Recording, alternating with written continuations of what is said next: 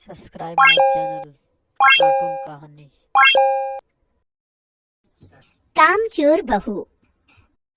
कांता बहन की दो बहुएं थी, बड़ी कल्पना और छोटी प्रिया। कल्पना का जैसा नाम वैसा ही काम।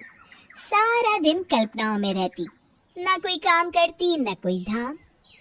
अरे कल्पना बहू, जरा अच्छी सी चटनी पीस दे, आज कुछ मजेदार खाने का मन है। पेट में जलन हो जाएगी माँ जी बुढ़ापे में, और वैसे भी मेरा काम करने का वक्त शाम का है। अब प्रिया को ही बोल दो। इतना कहकर कल्पना वहां से चली जाती है। कांता कल्पना के ऐसे रवैये से काफी परेशान रहती हैं। मैं बना देती हूँ माँ चटनी। ऐसा बोलकर प्रिया माँ को चटनी बनाकर प्लेट में खाने को देती है कि तभी वहाँ कल्पना आ जाती है। अरे वाह चटनी, जरा चख कर तो देखो, बड़े दिन हो गए। अरे नहीं बहू, तू तो रहने ही दे चटनी खाना, पेट में जलन हो जाएगी।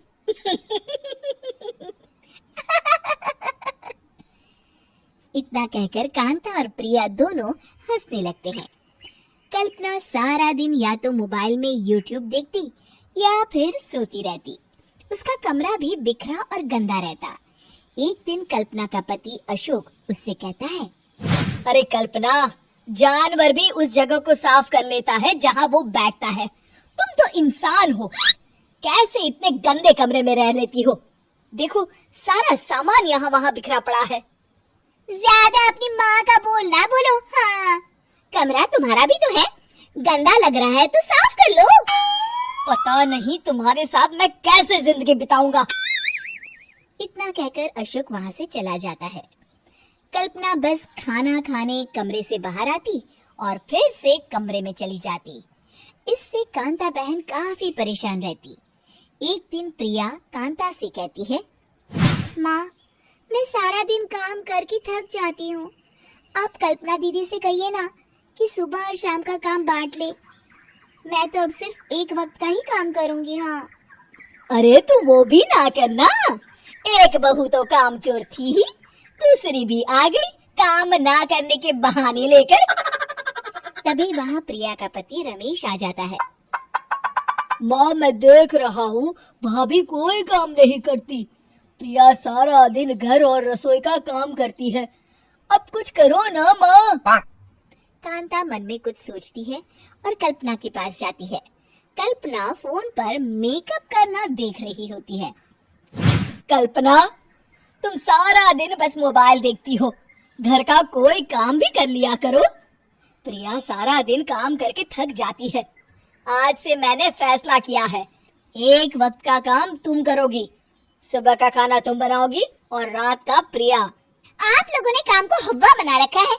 अरे पता नहीं थोड़ा सा ज्यादा काम करने में आप लोग घबरा क्यों जाते हैं। और हाँ, बहुत ज्यादा प्रिया की तारीफ मत करिए मेरे सामने, बड़ी बहू तो मैं ही रहूंगी। मैं कुछ नहीं जानती, कल सुबह मुझे वक्त से खाना चाहिए, रसोई में आ जाना, वरना कल से तुझे खाना नहीं मिलेगा। अगली सुबह कल्पना रसोई में नहीं आती है। वो देर से सोकर उठती है और बाहर आकर कहती है, अरे भूख लगी है, आज खाने में क्या है? इतनी देर हो गई, आज किसी ने मुझे उठाया भी नहीं, पता नहीं कहाँ है सब। कल्पना को घर में कोई नहीं दिखता। वो रसोई की तरफ जाती है जहाँ बड़ा सा ताला लगा होता है। अरे रसोई में ताला! ओ, मैं तो भूल ही गई थी। माँ ने आज से सुबह का खाना मुझे बनाने को कहा था। हे भगवान, इतने लोगों का खाना बनाना क्या आसान है? तभी घर के सारे सदस्य बाहर से वापस आते हैं। वाह माँ जी, मजा आ गया छोले भटूरे खाकर। मेरे मुंह में तो अभी भी स्वाद आ रहा है। अरे कल्पना, तेरे भरोसे रहते तो हम तो भूखे ही रह जाते। कल्पना को बहुत गुस्सा आ जाता है। अब बहुत हो गया, आज से मैं अपनी रसोई अलग कर रही हूँ, मैं अपना खाना खुद बना लिया करूँगी। कल्पना अपनी रसोई अलग कर लेती है, पर आए दिन उसका देर से उठना और काम न करने की आदत से वो भूखी ही रह जाती थी। उसी के सामने घर के लोग अच्छे अच्छे पकवान खाते और कामचोर कल्पना को जैसे तैसे ही खाना बनाकर खाना पड़ता।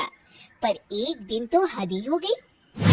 माँ, दीदी आज सुबह से कमरे से बाहर नहीं निकली, हमें जाकर देखना चाहिए। सो रही होगी कामचोर कहीं की, पर तुम कहती हो तो चलो देख लेते हैं उसे। कल्पना कमरे में पेट पकड़कर बैठी होती है। हाय मेरा दर्द पेट दर्द के मारे मर रही हूँ मैं।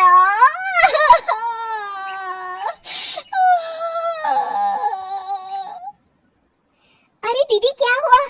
पेट में दर्द क्यों हो रहा है? डॉक्टर को दिखाया आपने? माँ, कल्पना खड़ी होती है और माँ जी के पास आती है। मुझे माफ कर दीजिए, अब से मैं सारे काम में मदद करूंगी, कभी आलस और काम चोरी नहीं करूंगी। हाँ, वो तो ठीक है, लेकिन अचानक क्या हो गया जो तू काम करने को तैयार हो गई? कामचोर कल्पना। माँ, लगातार बासी और उल्टा पुल्टा खाना खाने के कारण मेरे पेट में इन्फेक्शन हो गया है। काम न करना पड़े इसलिए मैं 2 दिन का खाना एक दिन ही बना लेती थी। बासी और खराब खाना खाने के कारण लेने के देने पड़ गए। पेट में दर्द हो रहा है। चलो अच्छा हुआ, देर आए दुरुस्त आए।